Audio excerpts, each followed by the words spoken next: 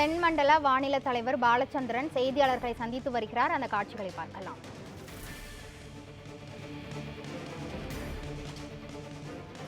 அடுத்த 3 மணி நேரத்திற்கு தமிழகம் மற்றும் புதுச்சேரியில் பரவலாக மழை பெய்யும் என தென்மண்டல வானிலை இயக்குனர் பாலச்சந்திரன் தெரிவித்துள்ளார். வங்கக்கடலில் உருவான ஆழ்ந்த காற்றழுத்த தாழ்வு மண்டலம் இன்று புயலாக வலுப்பெற்ற நிலையில் தமிழகம் மற்றும் புதுச்சேரியில் பரவலாக மழை பெய்ய வாய்ப்பு இருப்பதாக வானிலை ஆய்வு மையம் தெரிவித்துள்ளது. புயல் கரையை கடக்கும்போது அதிகபட்சமாக மணிக்கு 90 கிலோமீட்டர் வேகத்தில் காற்று வீசக்கூடும் என தென்மண்டல வானிலை மைய இயக்குனர் பாலச்சந்திரன் தெரிவித்துள்ளார். இதுகுறித்த விவரங்களை வழங்குவதற்காக நமது செய்தியாளர் சாமுவேல் எபினேசர் இணைப்பில் உள்ளார். சாமுவேல் எபினேசர், தென்மண்டல வானிலை மைய இயக்குனர் பாலச்சந்திரன் செய்தியாளர்களை சந்தித்து வருகிறார். அந்த சந்திப்பில் அவர் வேறு என்னெல்லாம் கூறியிருக்கிறார்? முழுமையான விவரங்கள் என்ன பதிவு பண்ணுங்க.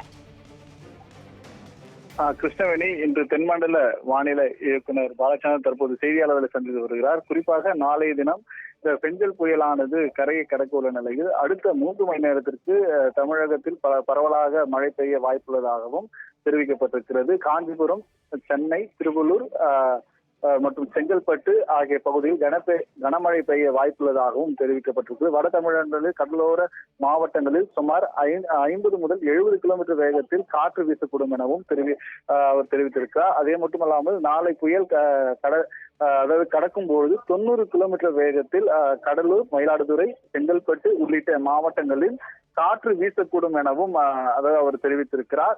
இதே போல சென்னை, திருவள்ளூர், நாகப்பட்டினம் மற்றும் கடலூர் உள்ளிட்ட மாவட்டங்களில் மணிக்கு 70 கிலோமீட்டர் வேகத்தில் சூறை காற்றானது வீசும் எனவும் அவர் தற்பொழுது செய்தியாளர்கள் சந்திப்பில் தெரிவித்து வருகிறார். இது மட்டுமல்லாமல் இந்த புயல் கரையை கடக்கும் பொழுது காற்று வேகமாக வீசக்கூடும் என்பதால் பொதுமக்கள் யாரும் வெளியே வர வேண்டாம் எனவும் அறிவுரையானது வழங்கப்பட்டிருக்கிறது. அதே போல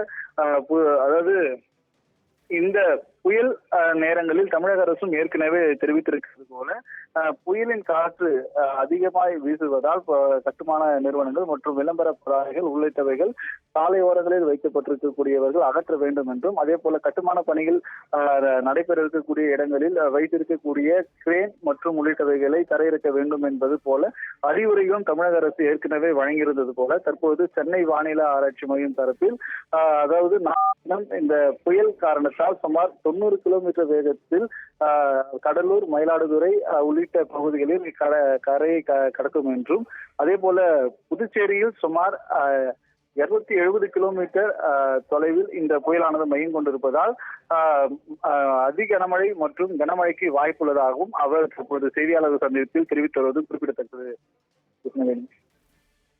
வங்கக்கடலில் உருவான பெஞ்சல் புயல் கரையை கடக்கும் போது மணிக்கு 90 கிலோமீட்டர் வேகத்தில் காற்று வீசக்கூடும் என வானிலை ஆய்வு மையம் தெரிவித்துள்ளது. இது குறித்த விவரங்களை வழங்கியதற்கு நன்றி சாமுவேல் எபினேசர்.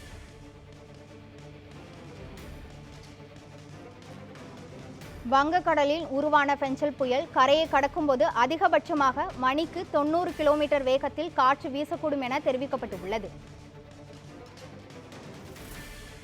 பெஞ்சல் புயல் நாளை பிற்பகல் காரைக்கால், மாமல்லபுரம் இடையே கரையை கடக்கும் என எதிர்பார்க்கப்படுகிறது.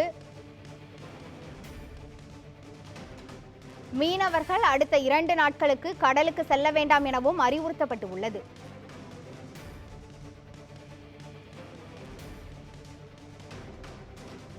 வங்கக்கடலில் உருவான காற்றழுத்த தாழ்வு மண்டலம் பெஞ்சல் புயலாக வலுப்பெற்ற நிலையில் சென்னையில் நாளை அதி கனமழைக்கான ரெட் அலர்ட்டும் விடுக்கப்பட்டுள்ளது.